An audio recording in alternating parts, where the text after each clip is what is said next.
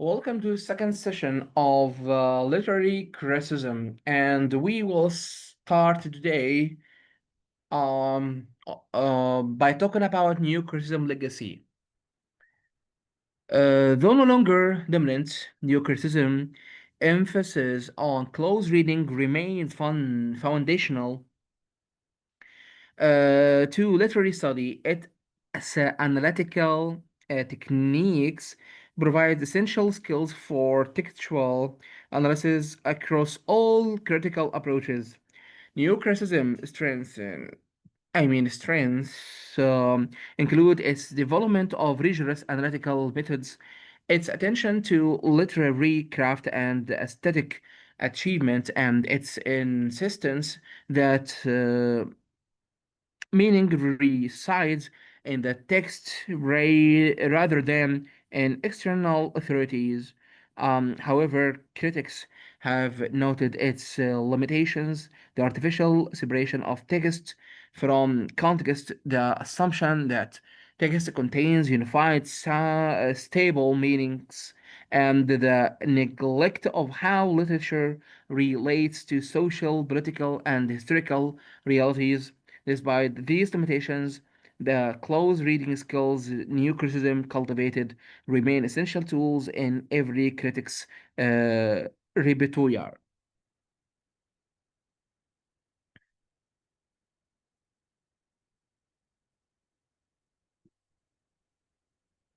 Despite these limitations, the close reading skills in new criticism cultivated remain essential tools in every critic's repertoire. You need to be able to read closely before you can do anything else with texts.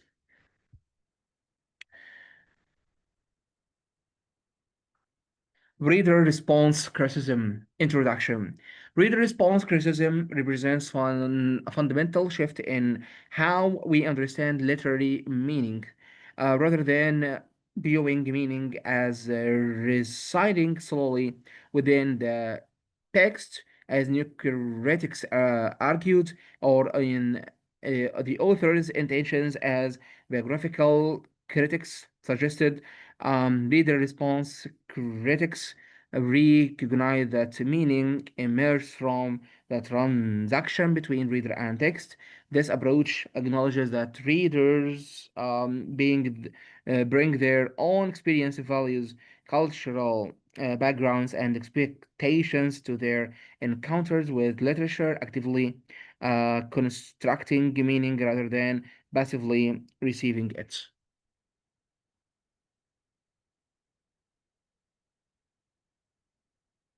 This doesn't mean anything goes or that all interpretations are equally valid. Constrain interpretation, they provide the structures and language that guide, but don't fully determine meaning. Reader response criticism acknowledges both text and reader as active participants in meaning making. Uh, Now let's go to different reader response approaches.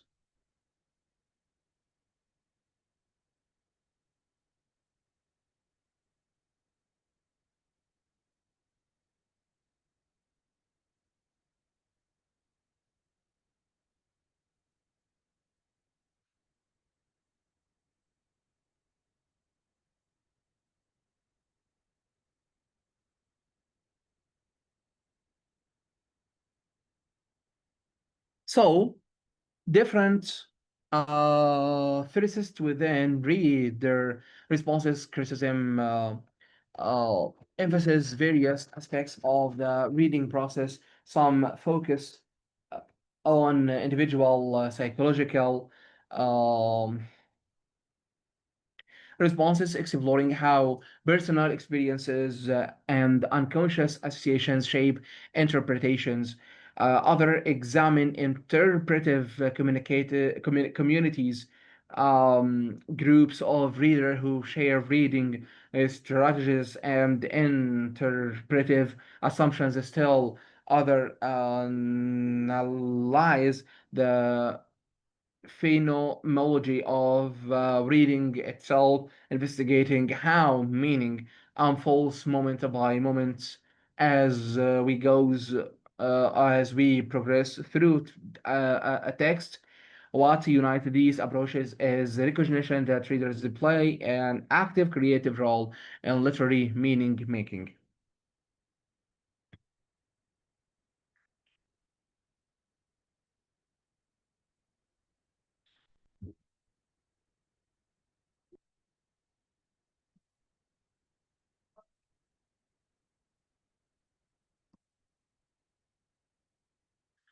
Text as blueprint. Let's talk about the three-part model of reader response. Text as blueprint. The text provides structures and prompts, but doesn't fully determine meaning. Reader activates. The reader fills gaps, making connections and constructing coherence. Meaning emerges. Interpretation results from the dynamic interaction of text and reader.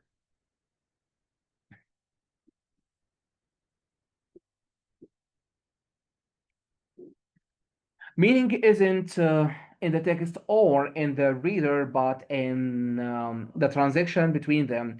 Text provides material, reader actively shapes the material into coherent interpretation. Different readers legitimate, legitimately constructs different meanings from the same contextual material because they bring different frameworks and fill gaps differently. This model respects both texts contribution. It's not random texts structure interpretations and readers contributions. Interpretation requires active engagement.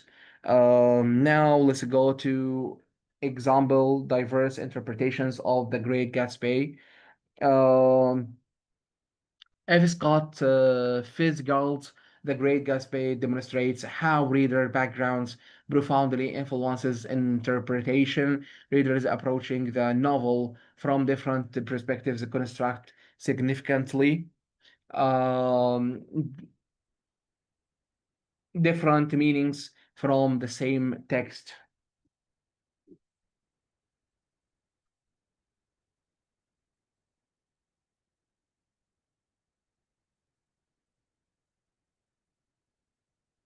So let's start with American Dream reading.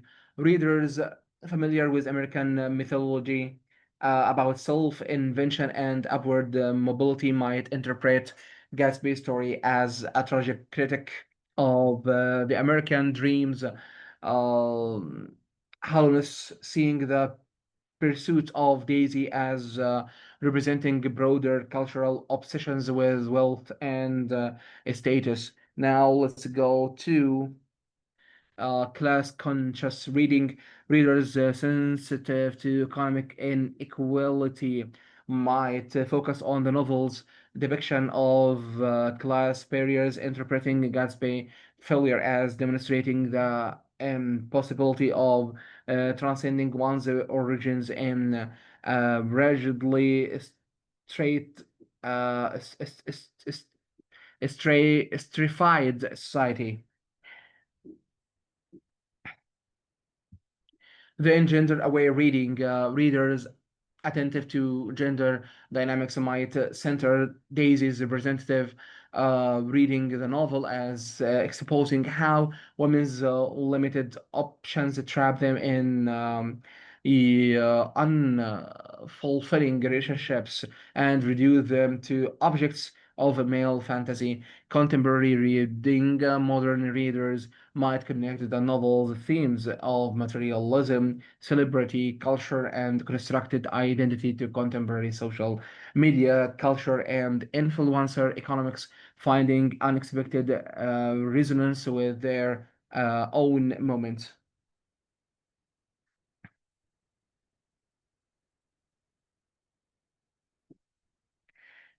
Each of these reading is legitimate and textually supported, yet they emphasize different elements and reach different conclusions. Reader response criticism explains this diversity not as failure to find the correct interpretation, but as inevitable result of readers' different frameworks and concerns. Now let's go to reader response and interpretation. Reader response criticism validates diverse interpretations while not collapsing into anything goes relativism. Responsible reader response interpretation will require textual evidence and the logical argumentation. The difference is acknowledgement that interpretation involves both text and reader, with different readers legitimately constructing different, though not unlimited meanings. This approach encourages personal engagement with literature while fostering awareness of how our perspectives shape what we see, promoting both deepening reading and greater interpretive humility.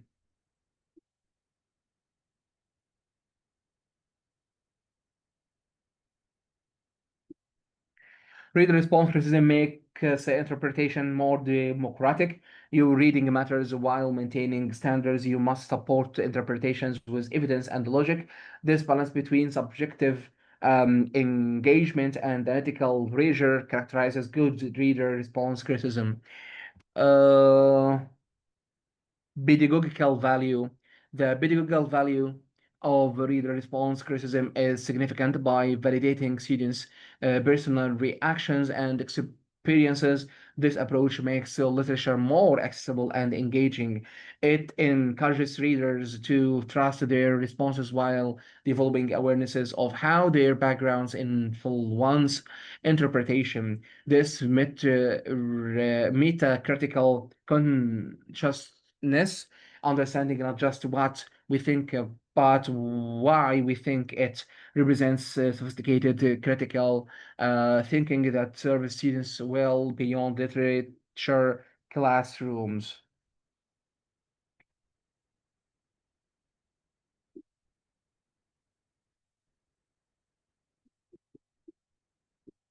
In diverse classrooms, reader response approaches honor different perspectives and experiences students bring. When students from different backgrounds offer different interpretations rather than declaring one correct, you explore how their different frameworks produce different insights. This makes the classroom richer, interpretive community and validates diverse perspectives. Reader response criticism thus serves pedagogical goals, engagement, confidence building, critical self awareness, and respect for diversity. Now let's move to critical theory approaches. Critical theory approaches represents a set of sophisticated interpretive frameworks that emerged primarily in the 20th century, each responding to specific intellectual traditions and socio-political concerns. These approaches share a commitment to examining how powerful operates through cultural texts and how literature both reflects and challenges social structures. Unlike formalist approaches that bracket context, critical theory insists that texts are deeply embedded in and shaped by their cultural, political, and economic contexts.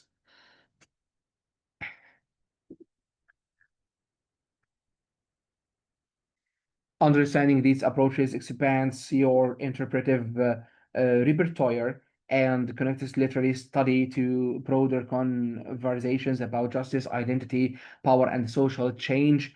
This is where literary criticism becomes most obviously relevant to contemporary social and political concerns.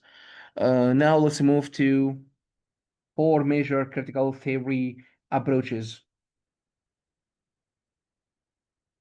Each theoretical approach provides a specialized lens for interpretation, highlighting particular aspects of texts while pursuing special critical and practical goals. Understanding these approaches expands your interpretive repertoire and connects literary study to broader conventions about justice, identity, power, and social change. While initially these frameworks may seem abstract, they offer powerful tools for understanding how texts participate in cultural conversations and ideological struggles. The first one, it's a feminist criticism, examines how text represents gender, integrates patriarchal power structures, and recovers women's literary voices. Marxist criticism analyzes classic struggle, economic relations, and how literature reflects and reinforces or challenges capitalist ideology. Post-colonial criticism explores the colonialism impact on literature, culture, and identity, centering voicing or voices from formerly colonized peoples. Psychoanalytical criticism investigates unconscious desires, psychological conflicts, and symbolic meanings using psychoanalytical concepts.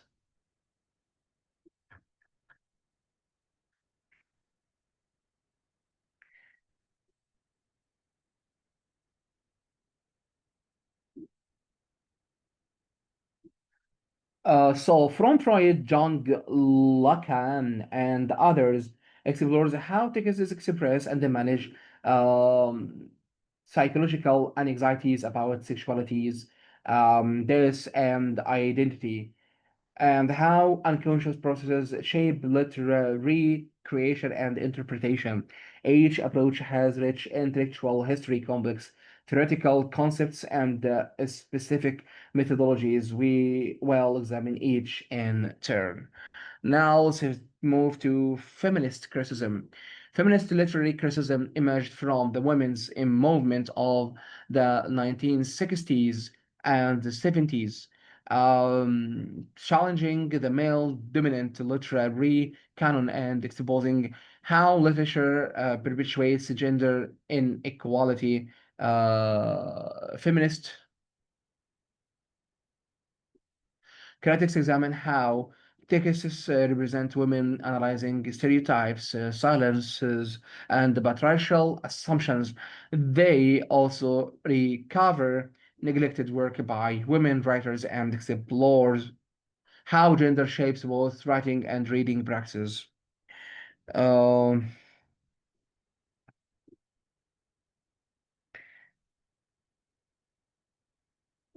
Are there distinctively feminine ways of writing or reading? How does gender influence what stories get told and how they are received? Now let's move to key questions. Feminist critics ask include how are women characters portrayed, what roles and possibilities are available to them, how does gender influence the narrative, perspective, and authority, what happens when we read canonical texts against the grain resisting their patriarchal assumptions, how do race, class, and sexuality intersect with gender and literary representation?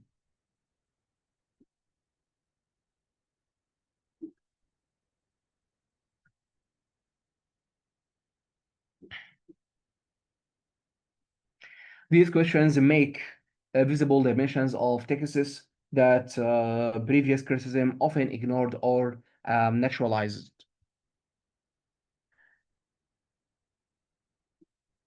Marxist criticism. Marxist literary criticism applied insights from Marxist economic and social theory to literature, examining how texts reflect class struggle, economic conditions, and ideological conflicts. Marxist Marxist critics view literature as part of the culture superstructure shaped by economic pays the material conditions of production and class relations in society. This approach analyzes how texts represent labor, wealth, and the social class, examines whose perspectives are privileged and whose are marginalized. Marxist Critics investigate how literature can reinforce dominant ideology, making exploitative social arguments seem natural or expose contradictions in capitalist society. They're particular interesting in moments when texts reveal the material conditions underlying supposedly timeless human truths.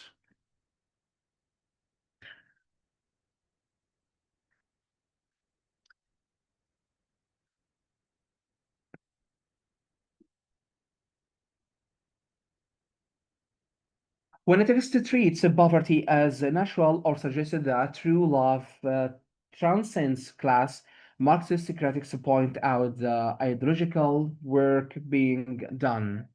Now let's move to post-colonial or post-colonial criticism.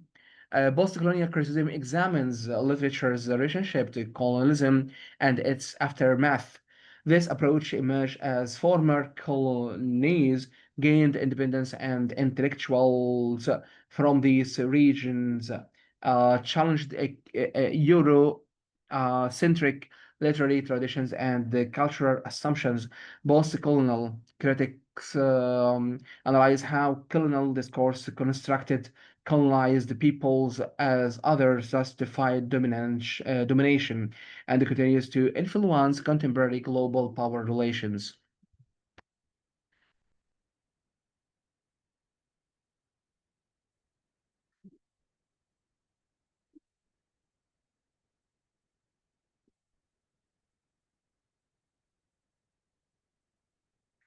This approach centers voices and perspectives that Eurocentric criticism marginalize, challenging the university or universality of Western literary values and aesthetic standards. Now let's go to key concepts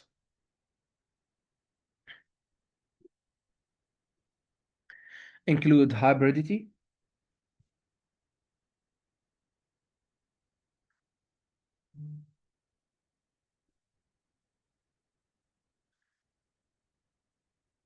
Uh,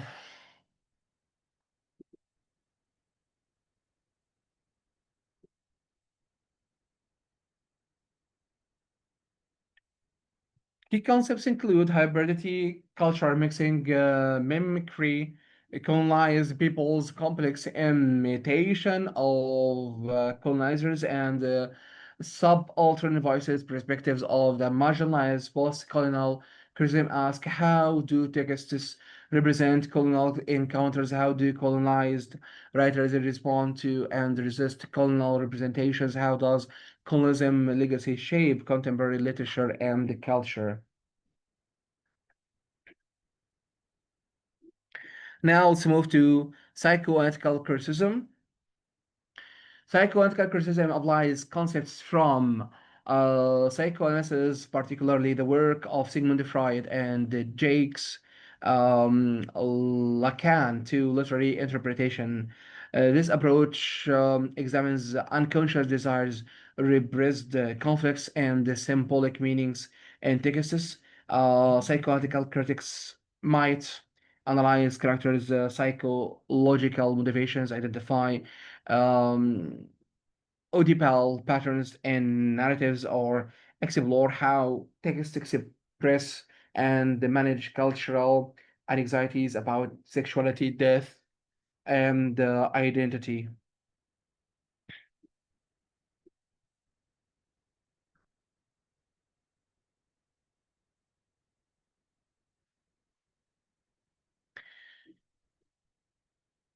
Applying critical theory. Choose your lens. Select the theoretical approach most relevant to your text and interpretive interests. Ask specific questions. Apply the approach's characteristic questions and concerns to your text. Support with evidence, ground your theoretical interpretation in specific textual details and examples connected to context. Relate your reading to broader social, political, or psychological contexts.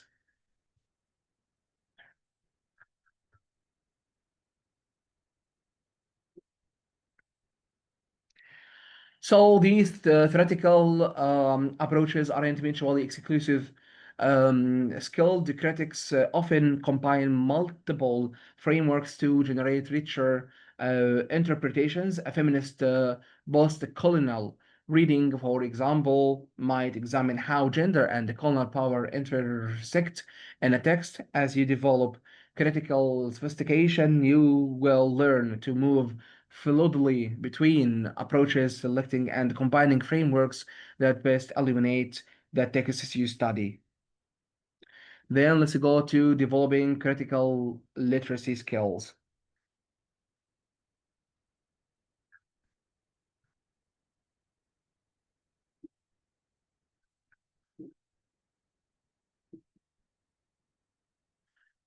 Um, Critical literacy also presents more than the ability to comprehend texts. It encompasses the sophisticated skills necessary to analyze, evaluate, and engage critically with all forms of communication. These skills transform you from a passive consumer of information into an active, discerning interpreter capable of questioning assumptions, recognizing bias, and constructing thoughtful, evidence based arguments. Developing critical literacy is a gradual process requiring practice, patience, and strategic application of specific techniques.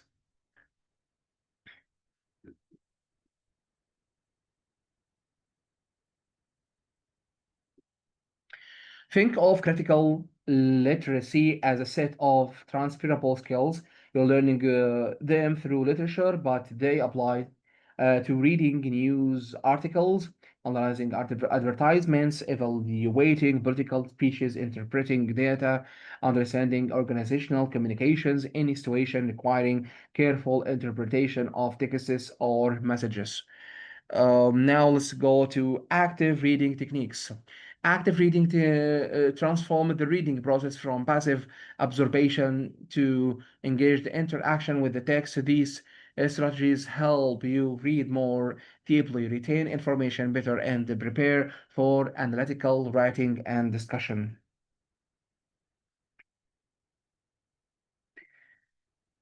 Annotation transforms passive reading into active dialogue with the text. To you, annotated texts become a map of your reading experience and a resource of writing and discussion.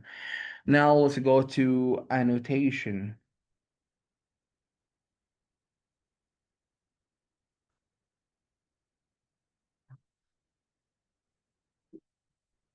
Annotation mark up your text and actively underline key passages, write marginal notes, question confusion sections, identify patterns, use symbols for important ideas. We use exclamation mark, question mark for questions, the star for key quotes to create a personal system. Annotation transforms passive reading into active dialogue with the text. Questioning,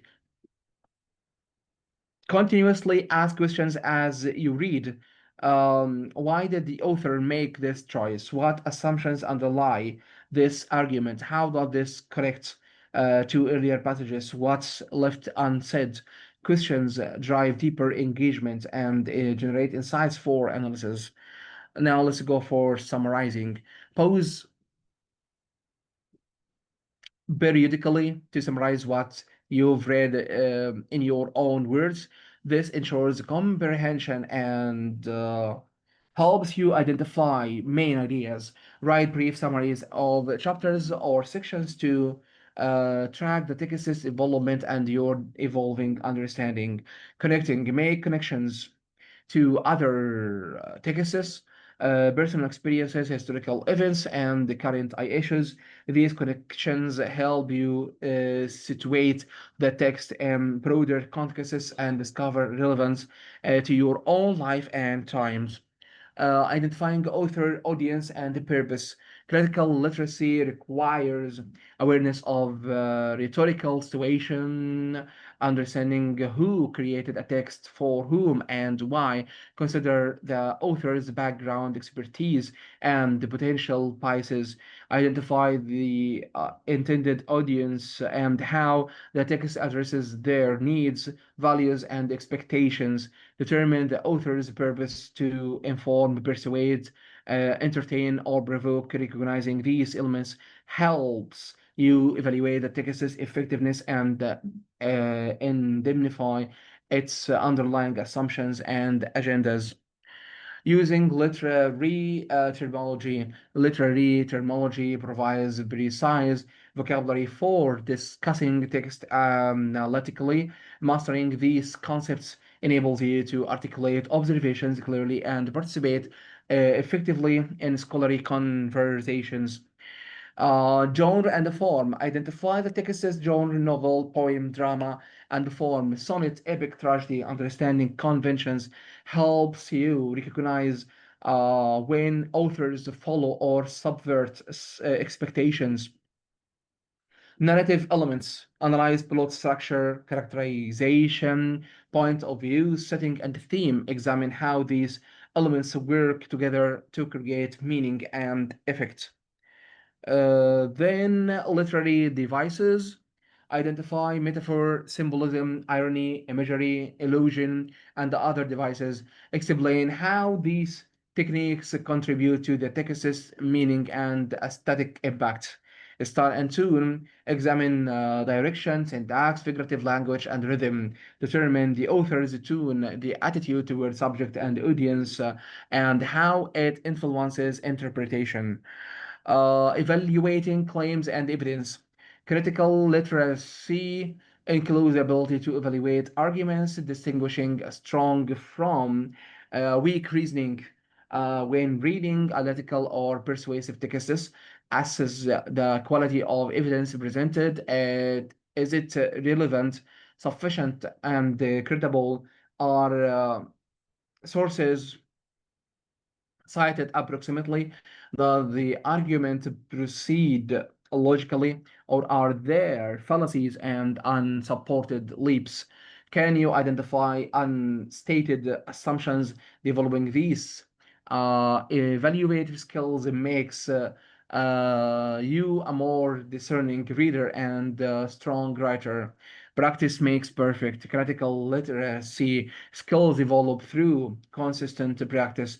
Do not be discouraged if close reading feels awkward initially. It becomes more natural with repetition. Start with shorter texts and gradually build to longer, more complex works. Remember that critical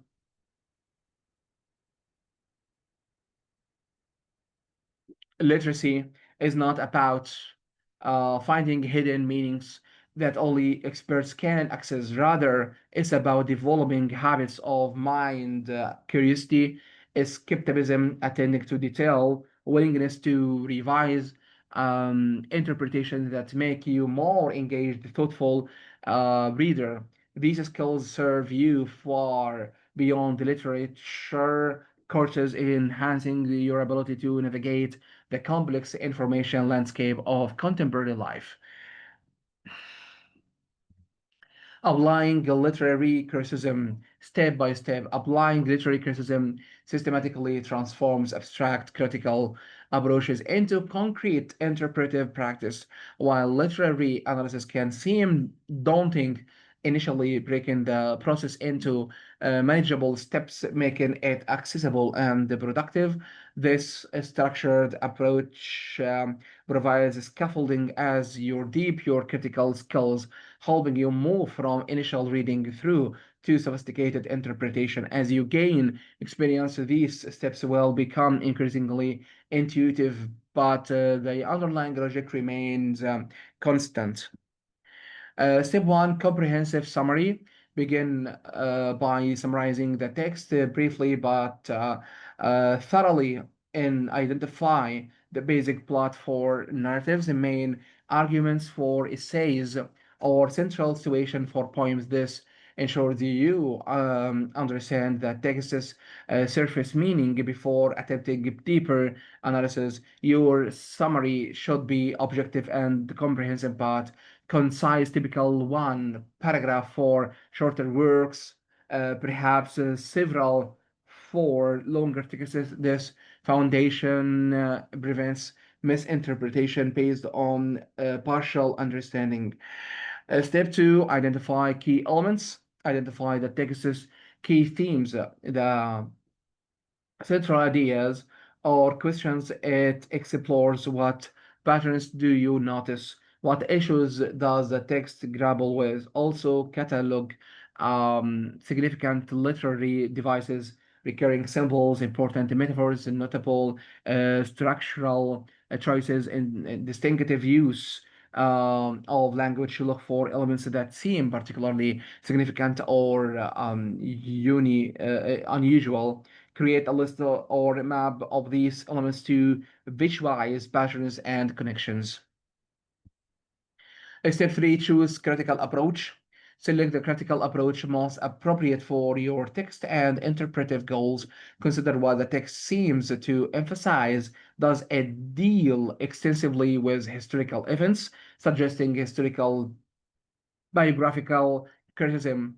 Does it focus on gender dynamics, feminist criticism? Does it employ complex symbolism, psychoanalytical, or new critical approaches? Your your choice, sorry, should feel organic to the text rather than imposed arbitrarily. Step 4, analyze using approach.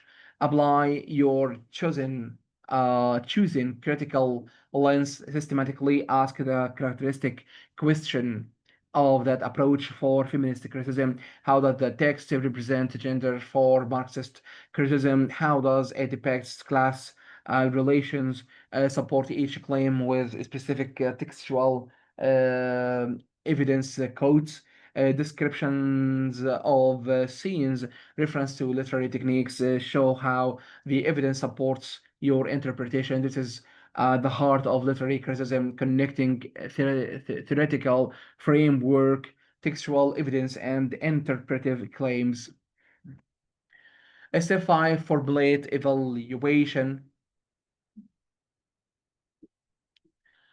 Synthesize your analysis into a clear evidence-based evaluation. What does your critical reading reveal about the text's meaning, significance, or cultural work? How does your chosen approach eliminate aspects of the text that might otherwise go unnoticed? What are the strengths and limitations of this interpretation? Your evaluation should demonstrate both the insights your approach generates and awareness of what it might overlook. Practical example, brief analysis. Let's apply this process briefly to Emily Dickinson poem, I Heard a Fly Buzz When I Died. Summary. The speaker described the moment of death, focusing on flies buzzing that interprets the solemn scene. Key elements: death, interpreted expectations, sensory detail, buzzing, contrast between mundane fly and profound death. Approach new criticism, focus on how literary devices create meaning. Now let's move to analysis. The poem's genius lies in its juxtaposition of profound and trivial. The speaker anticipates a transcendent death moment the king be witnessed, but instead blue, uncertain,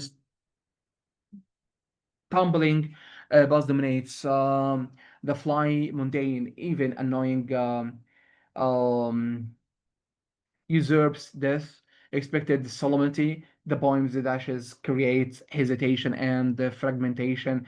mimicking the failing consciousness, the final image I could not see to see. Uses repetition to convey the dissolution of perception and consciousness.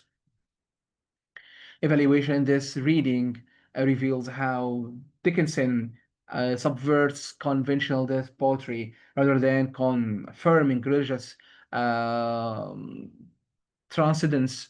The poem suggests death essence may be mundane physical dissolution. The new critical approach effectively eliminates how formal elements, dictation or diction, punctuation structure, creates this unsettling meaning. Multiple approaches. Remember that the same text can be productively analyzed using different critical approaches, each revealing different dimensions of meaning. Do not feel constrained to a single interpretation. Literature's richness lies in its capacity to support multiple readings. This step by step process provides structure while remaining flexible enough to accommodate different texts and approaches.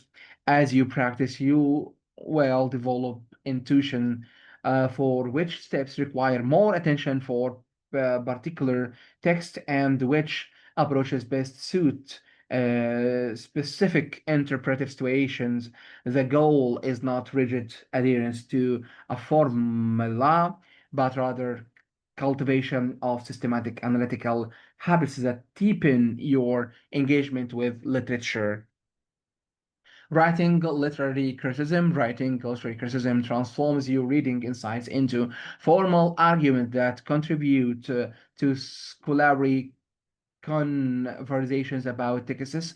Effective critical writing requires not only thoughtful interpretation, but also clear structure, compelling argumentation, appropriate the integration of evidence, and adherence to academic conventions. Developing these writing skills takes practice, but mastering them empowers you to communicate your ideas persuasively and participate meaningfully in literary discourse. Now let's move to structuring your essay. Literary critical essays follow a conventional structure designed to present arguments clearly and persuasively, while creativity is encouraged. This basic uh, framework ensures your ideas are accessible and properly developed. Introduction with thesis begin with context about the text and the critical question. Present your thesis, the central argumentative claims claim clearly, typically in the final sentence of your introduction. The thesis should be specific, debatable, and significant, indicating what you argue and suggest why it matters.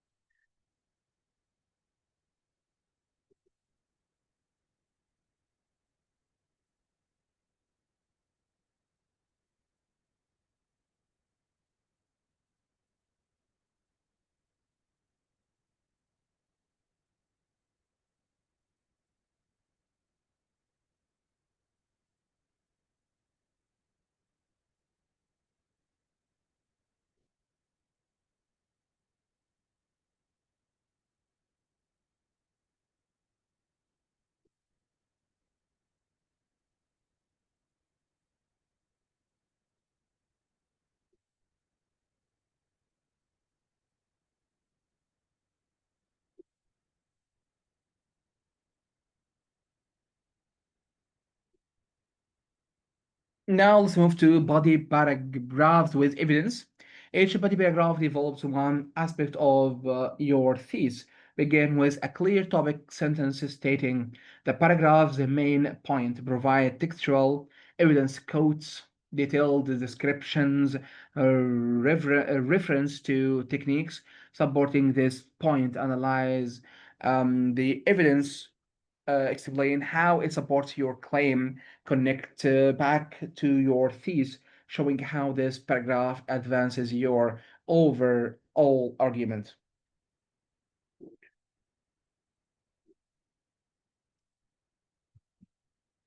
Conclusion: synthesize your argument, showing how your analysis eliminates the text's meaning and significance.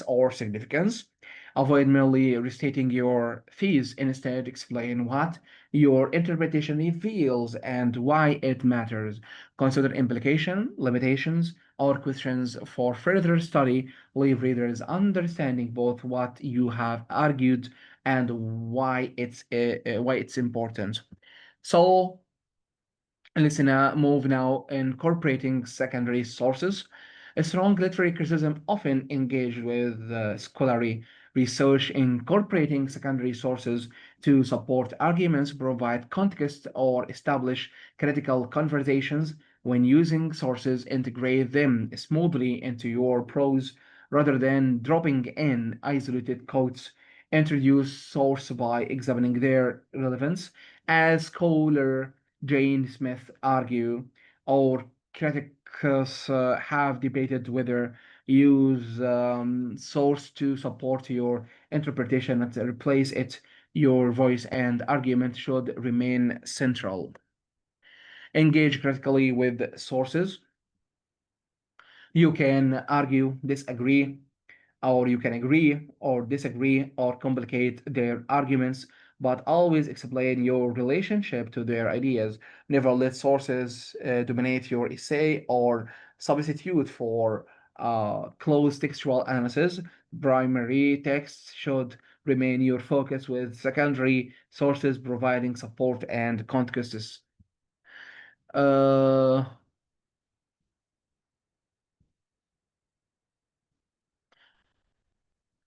Maintaining academic tone, academic writing in literary criticism maintains a formal but not stuffy tune. Avoid casual language, slang, and contradictions while remaining clear and direct. Use present tense when discussing literature. Hamlet struggled with indecision, not Hamlet struggled. Avoid first person. I think unless assignment especially suggests it, let your argument speak through evidence and analysis. Be confident but not arrogant. Acknowledge complexity and alternative interpretations when appropriate.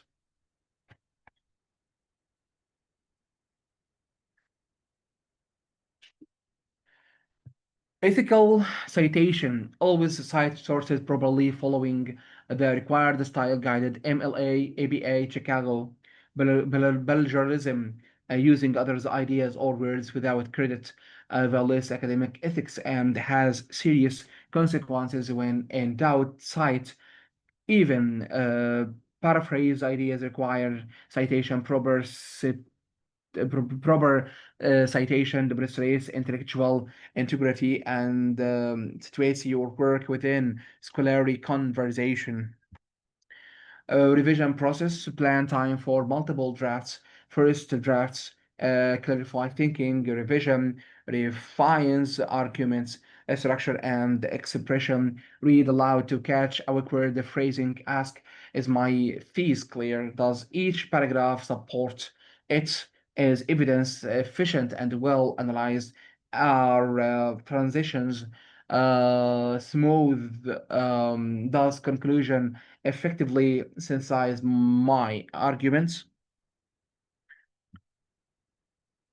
Example of a strong writing: a strong thesis statement through its complex narrative structure and unreliable narrator. Kazuwa Ishiguro's Never Let Me Go uses science fiction conventions to explore how individuals construct identity and meaning despite an institutional humanization, ultimately suggesting that storytelling itself represents an act of claiming humanity. This thesis is specific identifies text technique and theme, debatable. Someone could argue differently, and significant suggests broader implications about narrative and humanity. Strong ethical paragraph opening. Uh, Ishgaru's use of an unreliable narrator complicates readers' relationship to Katie's story, forcing us to question not only what happened but how memory shapes identity. When Kathy describes her first glimpse of the possible she might have been cloned from, she admits, I can't even be sure today if that was what I saw. 158. This uncertainty about her own past. This paragraph begins with clear claim, provides specific textual evidence, and immediately begins analyzing that evidence rather than simply describing it. Writing and thinking, we will stop here. Remember that writing isn't just reporting thoughts you already have, it's a tool for developing and refining ideas, expecting your understanding to deepen and evolve through the writing process itself. Writing literary criticism challenges you to think precisely, argue persuasively, and communicate clearly, skills valuable for beyond literary courses. Approach writing as an opportunity to discover what you think through careful articulation and revision. With practice, you'll develop confidence in your critical voice and ability to contribute insights to ongoing conversations about literature's meaning and significance. Case study applying multiple criticism to a single text will be your next session, the third and the final one. Until next time, ta for now.